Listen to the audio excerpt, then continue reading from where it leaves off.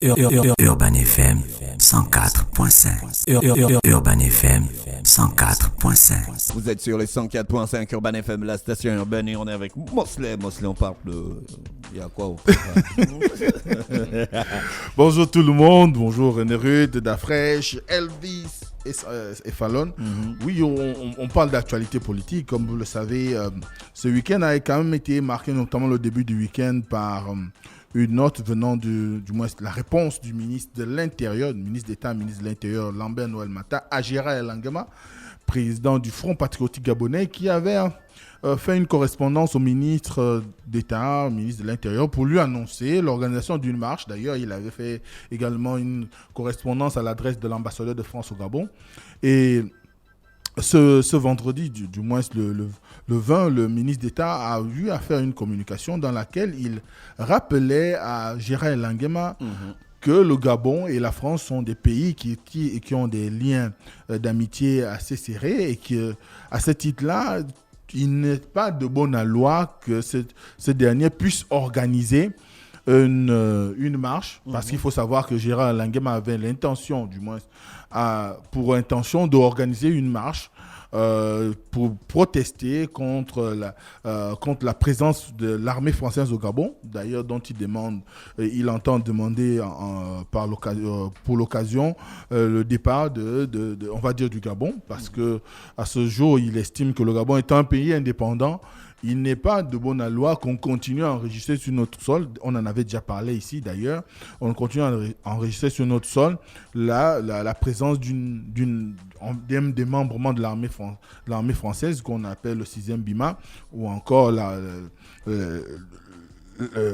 ce moment-là, à ce titre, il estime qu'aujourd'hui, ce qui se passe est de nature à pouvoir ne pas consacrer la pleine souveraineté du Gabon, donc la souveraineté pleine et entière du Gabon, étant donné que quand vous avez une armée qui est issue d'une histoire coloniale et que, au regard de l'environnement politique qui est celui du Gabon, où on a l'impression que le système actuel est plus ou moins protégé par la France dans l'esprit d'un certain nombre d'opposants, ça passe que la France serait celle qui maintiendrait le système actuel à la tête du pays, et qu'à ce titre-là, l'armée française pourrait peut-être jouer un rôle d'influence en ce qui concerne cette question-là. Donc à ce moment-là, Gérald Langema avait indiqué qu'il devait organiser cette marche le 24, mais au regard des excellents rapports qu'il y a entre la France et le Gabon, le ministre de l'Intérieur lui en a interdit l'organisation.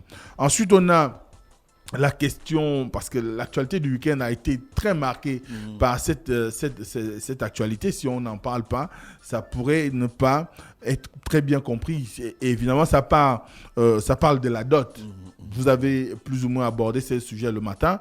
Mais ce qu'il faut dire ici, c'est que quand on parle de la dot, ça vient, du moins c'est revenu au goût du jour à cause d'une interview qu'a accordée Sidonie Florway, qui est évidemment l'ancien procureur de la République, et qui, au cours d'une rencontre entre femmes, donc avait pris le soin de donner une interview, et une séquence de cette interview a été diffusée, du moins a été rendue publique, et tout le week-end cette interview est devenue virale, du moins cet extrait est devenu très viral, au point où on s'en est mêlé les pinceaux, entre ceux qui disaient qu'on vient d'interdire le mariage coutumier, on a interdit la dot, on est dans une situation où il y a toute une incompréhension qui en découle, parce qu'elle a simplement fait un premier pas, c'était celui de faire le rappel historique de cette question, parce qu'il faut savoir qu'en 1963, notamment, il y avait eu la décision du président Léomba, qui avait pris un décret pour interdire la dot et l'offre des cadeaux précieux lors des cérémonies de mariage, notamment du mariage ancien, qu'on appelle aussi le mariage coutumier. Et à ce titre-là, avec cette interdiction, il était judiciaire pour Sidonie Florway de rappeler que l'ensemble des Gabonais, c'est vrai, aujourd'hui, on continue avec la pratique de la dot, mais tout le monde est plus ou moins en porte-à-faux avec la loi. Elle n'avait pas dit que la loi, l'objectif aujourd'hui, c'était que les gens ne la pratiquent plus, mais elle faisait un rappel historique pour dire que depuis 63, la dot est interdite au Gabon. D'ailleurs, je me rappelle que dans cette mêlée du week-end, j'ai même vu une communication qui présentait un monsieur qui avait été condamné en 1964 à la suite, donc un an après le vote de la loi, parce qu'il n'avait pas respecté l'esprit de cette loi-là interdisant la dot. Il avait écopé d'une amende de 138 000 francs, si je ne me trompe pas, de l'époque, ce qui représentait quand même une grosse fortune. Donc, à ce moment-là, ce qu'il faut dire aujourd'hui, c'est que ce sujet est important parce que vous savez que nous avons le droit coutumier et le droit qu'on dit positif, donc le droit émanant du Code civil français. Et à ce titre-là, on est dans une situation où beaucoup de Gabonais, malgré l'existence de cette loi de 63 qui avait été engagée par le président Léomba, mais beaucoup de Gabonais ont continué avec la pratique parce que jusqu'à ce jour, personne n'a respecté cette loi. Qu'on soit un Gabonais des Matiti ou un Gabonais de la Sablière, on a toujours eu à présider au versement de la dot lors des cérémonies de mariage traditionnel ou coutumier dans notre pays. Et bien, il y a un fait, c'est que quand on est en face d'une situation comme celle-là, ça tombe quand même sous le coup de la désuétude. Ceux qui ont fait le droit savent que quand une loi n'est pas appliquée, elle tombe sous le coup de la désuétude. Mais 60 ans après, on est là face à cette loi qui n'est pas utilisée, mais qu'on a souvent mais qui est là. Mais qui existe et n'a pas été, on va dire, supprimée. Abrogée. Donc, à ce moment-là, ça posait quand même un problème. Et peut-être c'est ce qui fait que pendant longtemps, lors des premières initiations, je crois au début des années 2000, par le ministre Alain-Claude Bilemizé, lorsqu'il avait initié la première fois l'engagement de pouvoir légiférer ou, on va dire, de pouvoir passer à la législation du mariage coutumier, eh bien, je pense qu'à un moment donné, la première chose qui s'est imposée, c'est peut-être aussi cette loi-là. Est-ce qu'il fallait la supprimer? Est-ce que ce n'était pas un clin d'œil aux partenaires étrangers? Parce qu'on sait que de plus en plus, notre pays a tendance à épouser le droit positif européen, on va dire international. Et à ce moment-là, il y a un certain nombre d'aspects de nos lois qui font qu'à un moment donné, on interdit un certain nombre de choses, mais qui, dans les faits, ne s'appliquent pas. Mais ça existe dans un certain nombre de nos codes. Ensuite, il y a eu l'introduction récemment de la même loi, du même projet de loi par le sénateur Ernest Ndasikula, et qui, dernièrement, a fait l'objet d'une étude par le Sénat et je crois aussi par l'Assemblée nationale. Et à ce moment-là, il n'y a pas encore eu de promulgation officielle, mais une partie de la Chambre, une partie du Parlement a déjà eu à se prononcer là-dessus, en l'occurrence l'Assemblée nationale. À ce titre, on est en attente d'une promulgation de la loi parce que là-dedans, on s'est retrouvé avec ce vote de l'Assemblée nationale qui, de facto, conduisait à l'abrogation de la loi de 63. Parce que si l'Assemblée nationale, qui fait partie du corpus des législateurs, eh bien, décide de voter cette loi, ça sous-entend qu'on va automatiquement à l'abrogation de la loi de 63. 1. 2. En décidant de ce vote-là, il y a eu quand même des garde-fous qui ont été pris autour parce qu'il faut savoir que les montants de cette dot sont devenus tellement exponentiels que ça méritait au moins qu'il y ait un regard du législateur sur la question. Parce que vous avez des gens aujourd'hui qui ont des records de 54 millions, 60 millions, une femme qui a été dotée entre 50 et 60 millions. Ben, ça crée quand même de la compétition. Et on sait par exemple, dans toutes les traditions gabonaises, la dot les normes de la dot ne sont pas les mêmes. Du moins, les codes de versement de la dot ne sont pas les mêmes. Chacun fait par rapport à l'amour qu'il a à sa femme et puis le moyen qu'il a. Et selon la tradition aussi. Parce qu'il faut savoir que quand on est au nord du Gabon, on a une manière il y a quelque chose qui représente symboliquement la dot. Quand vous allez au sud, c'est la même chose. Au nord, c'est des espèces sonnantes et trébuchantes qui étaient mises en avant pour parler de la dot. Or, si vous allez par exemple chez les Ambama ou les Ateke, donc les Obamba et les Bateke, ils vont vous dire que, par exemple, eux, ils ont deux volets de la dot. Ils ont la dot de la nuit et la dot du jour. Moi, jusqu'aujourd'hui, je connais en dot. Moi, aujourd'hui, je me pose la question de savoir qu'est-ce qu'on verse dans la dot de la nuit. Parce qu'on sait quand même dans la dot du jour, on voit l'enclume. L'enclume, c'est le symbole même de la dot dans le Haut-Ogooué. L'enclume. Donc, si vous venez épouser une fille du Haut-Ogooué sans enclume, vous pouvez verser autant d'argent que vous souhaitez, ça ne passe pas. Mais on trouve l'enclume alors là. Mais ça se fabrique toujours. On a assisté dernièrement au mariage de Jeff Bundamas. On a vu l'enclume. On peut louer l'enclume aussi. Louer. Oui, on peut louer pour aller au mariage. Encore mieux. Il y avait un type de mariage qui était venu parler ici. Oui. Voilà, donc on peut louer. Donc à ce moment-là, l'enclume, c'est ce qui est réellement le symbole de la dot chez ces populations-là. Or, au nord, c'est de l'argent. À l'époque, c'était les scories qu'on donnait en réalité quand il s'agissait de la dot dans le nord. Les scories ont très vite été transformées en monnaie. D'autres, c'était la dot de fer. C'est ça les scories. C'est ça les scories. C'était les débris de forge et tout ça qu'on transformait en plaques pour faire des flèches. Parce que ça servait à faire des flèches, du moins des armes, fabriquer des armes. Donc, par la suite, aujourd'hui, la dot est tellement un symbole que beaucoup de personnes forcément ne mesurent pas sa portée. Parce que lorsque le législateur désormais a décidé avec le vote de l'Assemblée nationale, je crois en décembre 2021, l'ambition est de faire en sorte que le montant soit de 1,5 million. Vous ne pouvez pas dépasser, la loi va reconnaître 1,5 million. Au-delà, c'est votre amour qui s'exprime. C'est l'émotion, c'est le sentiment. Mais la dot dans nos sociétés a une valeur. C'est-à-dire qu'on n'a pas souvent eu à mettre cette valeur-là au cœur des discussions. La dot, d'abord, ça confère la paternité. Parce que quand vous donnez la dot, ça voudrait dire que les enfants qui naîtront de votre union sont les vôtres. C'est la légitimité. La légitimité. Tout à fait. Ça légalise même la relation, ça légalise aussi la relation que vous avez avec la femme. Ensuite, il y a des questions de succession qui s'imposent aussi à la dot. Quand vous parlez de la dot, la femme fait partie des éléments de succession, par exemple au nord. Quand il s'agit du sud, par exemple, chaque parent sait que quand on vient doter la fille, les enfants qui naissent de l'union appartiennent à ses frères. C'est la dot qui consacre toutes ces valeurs-là.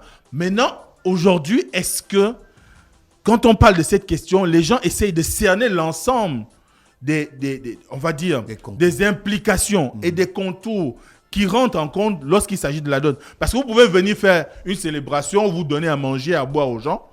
Si vous ne versez pas de dot, pour les populations, il n'y a pas eu de mariage. Il n'y a pas eu de mariage. C'est la dot qui consacre la consommation du mariage. Mais s'il n'y a pas de dot, vous ne pouvez pas. Donc à ce moment-là, les gens qui pensent que le fait que Sidonie Florway ait eu à exprimer le fait qu'il y avait une loi antérieure, cela sous-entendrait qu'on a supprimé la dot. Ils sont malheureusement en porte-à-faux avec ce qui a été l'objet de son discours. Parce que ce n'est pas ce qu'elle a dit. Première chose, parce qu'il faut éviter l'amalgame. Elle n'a jamais dit que la dot est complète et désormais, on va dire, interdite au Gabon. Et que si tu pratiques ça, tu vas en prison. Mais elle a souligné qu'il y a une loi qui existe. Parce qu'il y a des gens qui ont quand même fait les frais. Comme je l'ai dit, en 64, par exemple, quelqu'un a fait la prison, a payé des amendes.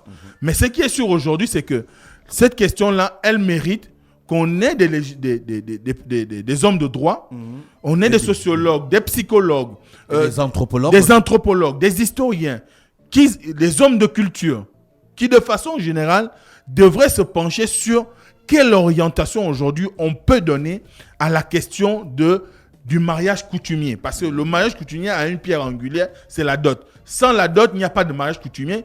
Parce que si on supprime la dot, ça ne servira à rien d'organiser un mariage coutumier. Donc à ce moment-là, il faut qu'à la suite des procédures qui devront conduire à la promulgation de cette loi, on ait quand même à essayer un tout petit peu de réunir le corpus des sachants du Gabon.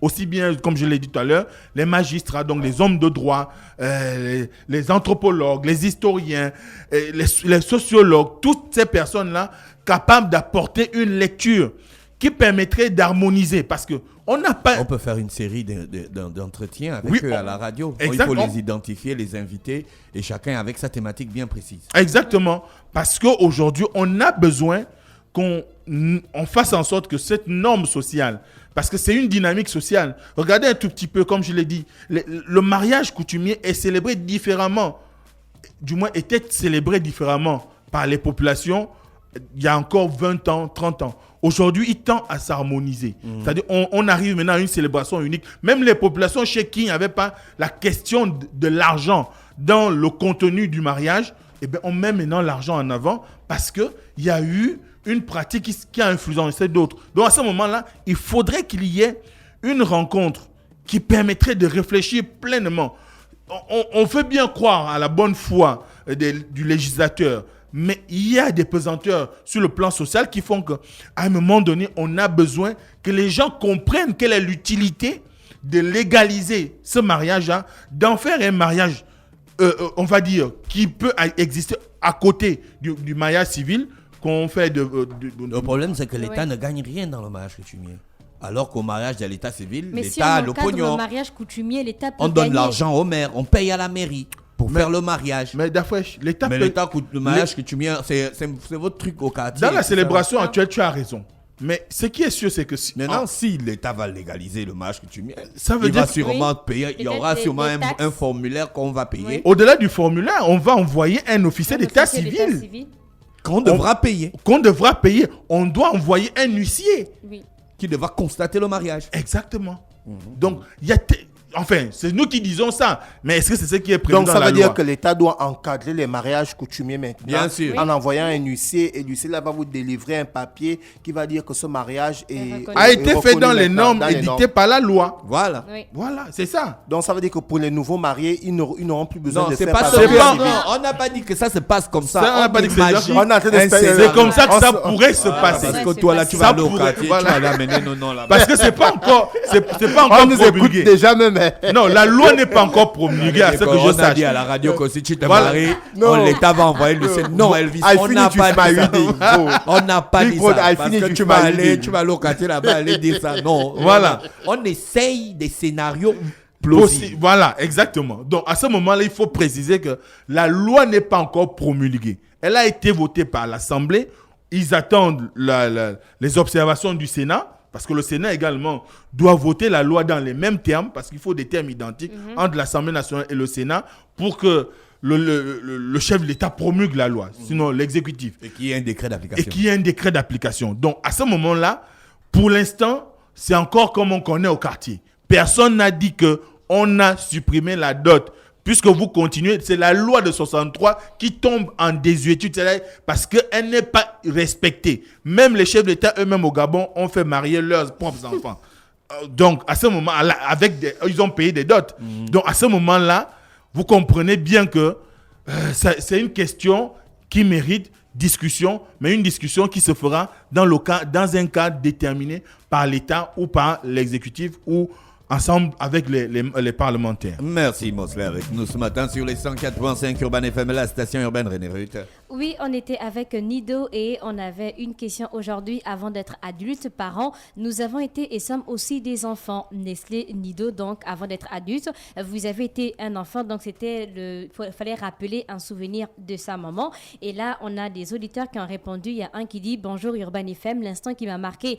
Quand j'étais enfant avec ma mère était quand je suçais le lait Nido en son absence et ce jour, elle était rentrée plus tôt et elle m'a surpris en train de fermer la boîte de lait Nido après m'avoir bastonné. Elle m'a beaucoup fait de câlins, c'est Zébé du charbonnage qui est notre premier gagnant du jour. Ensuite, on a Dem Lima qui dit bonjour, j'étais en classe de CE2 et j'étais malade pendant quelques jours, mais je tenais quand même à les composer. Donc, je suis sortie premier et maman, pour me récompenser, m'a fait une bonne purée d'igname accompagnée d'un Fanta. En parenthèse, ça coûtait pas encore 500. Je me rappelle bien, j'avais bien joué le bébé ce jour. Lima de Planoretti qui est notre deuxième gagnant et notre troisième gagnant, c'est Freddy Recoine. Il dit en revivant mon enfance, je me souviens de la première fois où ma mère m'a lavé et m'a apprêté pour ma première fois à la maternelle et m'a frotté une crème au corps dont je ne peux jamais oublier l'odeur jusqu'aujourd'hui. Depuis ce jour, je garde ce souvenir en tête. Je t'aime maman, donc c'est le troisième gagnant du jour, donc Freddy Recoine. Donc là, nos différents gagnants donc ont des lots offerts par Nido, notamment une boîte de Nido de 1800 grammes plus un sac d'emballage et une carte de vœux. Donc on rappelle que que la fête des mères, c'est le dimanche. Donc, la carte de vœux, vous pourrez l'offrir simplement à votre maman. Aussi simple que ça. Les gagnants vont récupérer leur lot vendredi. Merci René Ruth. Merci à tous les auditeurs bien connectés sur les 104.5. On se retrouve demain lorsqu'il sera exactement 7h. Voici l'horoscope des auditeurs. Urban FM 104.5.